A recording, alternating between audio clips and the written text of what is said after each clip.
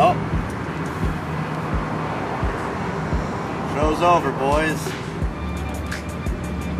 All three of us lost. Now, I'm sure what you people at home are expecting is for me to be upset, or for Gary to be upset, or for having to turn the table over in a fit of rage, but I don't really feel like doing that. Normally when something bad happens, I scream and I shout and I yell and I get into a fit of rage. I have a short fuse. It's not a secret in ACW, but tonight it feels like a huge burden has been lifted off my shoulders. The burden of being the Smurfs, I'm just carrying them on my backs. I can't even get mad because I feel like a free man now. Shackles have been lifted. I feel happy. If you shoot a basketball 100 times from half court, you're bound to make one. ACW, you gave them as many chances as they wanted. We beat them at every kind of match possible, so they got one win. Big deal. We go back to the way things were last year, where the best tag team in ACW didn't necessarily hold the tag titles. We'll get back to the tag titles when we're good and damn ready to. But for right now, we go back to doing what we do better than any other faction in this company, and that's professional wrestling.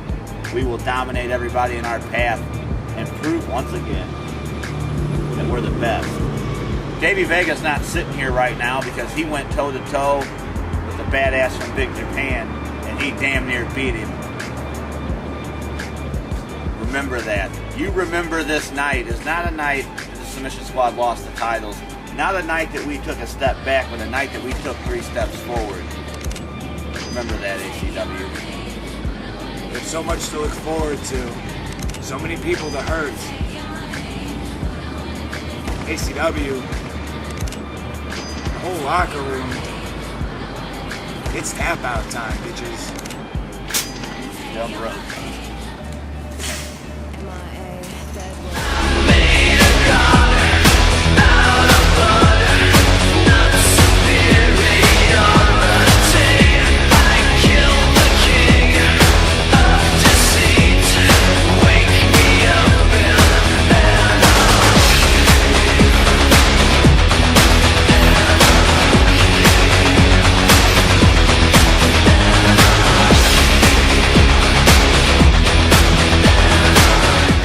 ACW, you're looking at your new tag team champions. This has been 2 years in the making, Submission Squad. 2 years, Chingo. 2 years. Hey guys, what are y'all doing? Oh shit! What the fuck, Wolfman? What are y'all doing?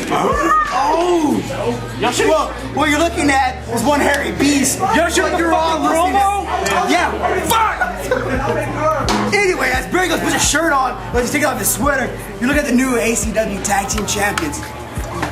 We're here, we're gonna challenge anybody that wants to come for these suckers right here. It took us fucking 2 years to get these. And I'll be damned if anyone takes this away from us from now. Chingo, what you gotta say? In the words of JC Bravo, put that in your pipe and smurf your head. Did you finally get a shirt on, Barry? Yeah. Alright, here we go. Is that gonna make it on?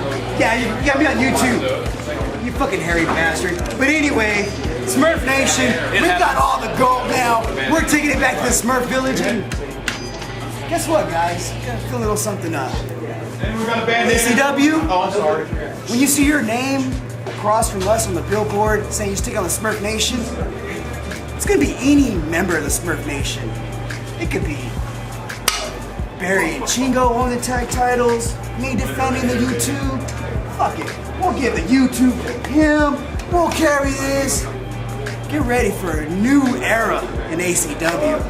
The Smurf Nation, Freebird style. Motherfuckers, we're keeping this gold and everything that comes with it. Allow me to regale you with a tale of 2 wrestlers. One was born of royal blood, and he knew that it was his destiny to become the king of the wrestling world. And when he heard talks about a land of anarchy, he thought to himself, that is where I need to go to claim my crown.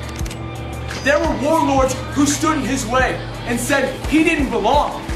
But he marched right up to them and he said, "This place is mine and I am king."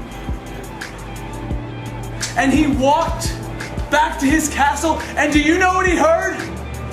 In the distance, the villagers chanting, ACH, ACH,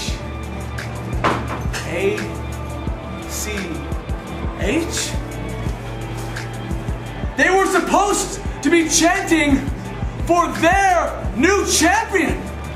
It was supposed to be Robert Evans. Robert Evans. So who was this ACH? Was he a pretender to the throne? As it turns out, no. Because he didn't want to bring order to anarchy. He wanted to perpetuate it. He wasn't a king. He was a dragon. And today, as I stand before you, the situation stands unresolved. The future of ACW will be defined either by a king or a dragon. And I assure you, I will make it my one and only goal to ensure that it will be Monarchy Championship Wrestling from here on out. This story needs an ending. So I turn my attention to you, ACH. Let's be honest, this goes back a long way. I remember the very first time I saw you compete, I walked up to you and I said, "I love what you do. You are a phenomenal performer." And you looked right back at me and you said, "The feeling is mutual." But things changed, didn't they? There came a time when animosity developed between you and I couldn't figure it out. You see, I imagine you would insinuate that it began the night that I refused to face you for this belt and had Awesome Andy jump you from behind. But that night, I did you a favor because you weren't ready to step in the ring with the likes of me. You heard Delirious. He said, "I'm the best in the world." People who step in the ring with me are given instant credibility. I've defeated Colt Cabana. I've defeated Delirious. I've made a star out of Matt Fidget by simply standing between the ropes with him.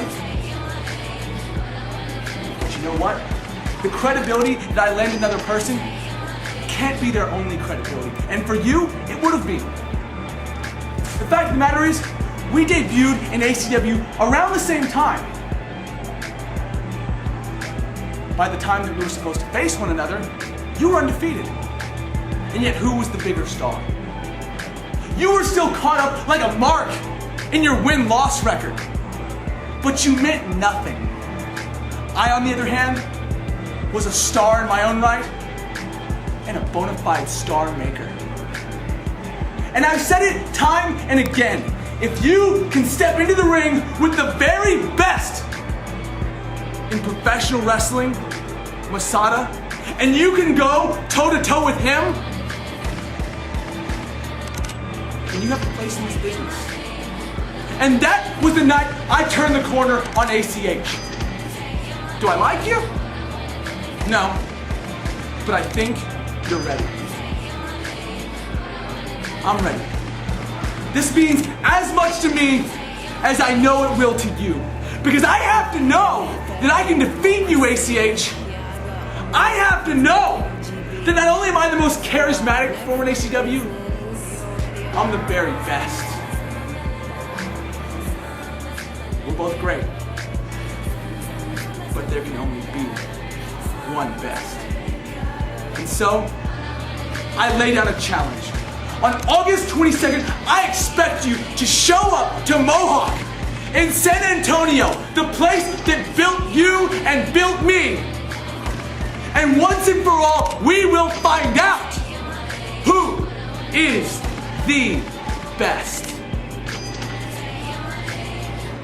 ACH, Robert Evans, with the U30 championship on the line for the first and last time. Because I'll tell you this, if I can't beat you on my first try, I don't deserve a rematch. You see, a lot of people would say, Robert, you're getting greedy. You don't need this. You've got the girl, you've got the gold. What else do you want? My answer, I want the glory. And after it's all said and done, only one of us will have all three. And if I can lend you a little advice, it'll be this. I'm confident I'll walk out with the girl, gold, and the glory. You won't be able to have the gold and the glory, but maybe you can salvage the girl. In this case, Jessica James. You see, I heard you promise her that you would share the U30 championship. Maybe you can reach into your little sad sack after the match and you can pull out an I'm sorry. You can say, I'm sorry I lied to you, Jessica. I'm sorry that when Robert Evans and Portia Perez left you lying, I was nowhere to be found. I'm sorry I'm a loser. On August 22nd, I expect you to come prepared for the fight of your life, but make sure to keep an apology in your back pocket.